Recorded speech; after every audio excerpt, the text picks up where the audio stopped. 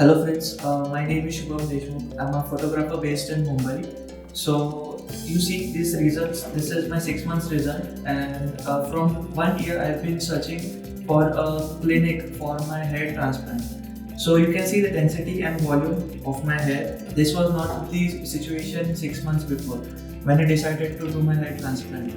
So after a lot of research and YouTube of channels searching, I finally found New Roots Clinic, where I also went to their website, where I found that there are many patients who have density of hairs and natural hair transplant.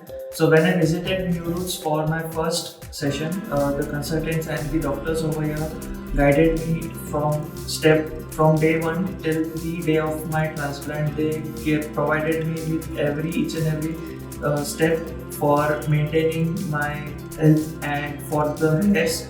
And on the day of the operation, even all the doctors and all the staff were so helpful and so supportive. And after 6 months, you can see my confidence. I am strong enough to go in front of my clients freely. Now, when I firstly used to go in front of my clients, I used to wear cap for the meetings.